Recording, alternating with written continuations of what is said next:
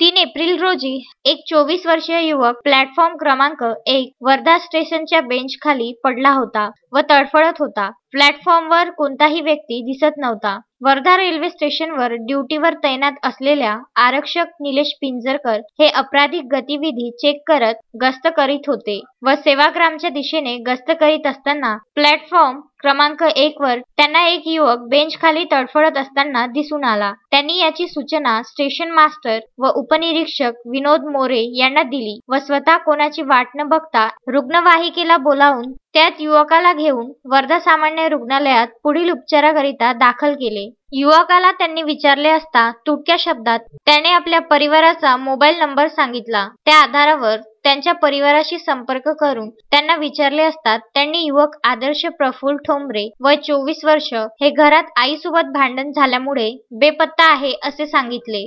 त्या युवकाच्या कुटुंबातील लोक पोलीस ठाण्यात लेखी सूचना देण्यासाठी गेले असता त्यांना 24 तास नंतर रिपोर्ट करा असे सूचना केल्यामुळे त्यांनी वाट पाहिली. त्यांना सामान्य रुग्णालयात बोलावून घेतले व नंतर त्या परिवाराने आपल्या मुलाला खासगी रुग्णालयात नागपूर येथे पुढील उपचारासाठी नेले. त्या परिवाराने सुरक्षा रक्षक व रेल्वे विभागाचे आभार मानले. पिंजरकर यांनी याआधी काही दिवस अगोदर चालत्या गाडीतून उतरणाऱ्या एक महिलेचे प्राण वाचविले होते. अश्विन शहा, विदर्भ न्यूज, वर्धा.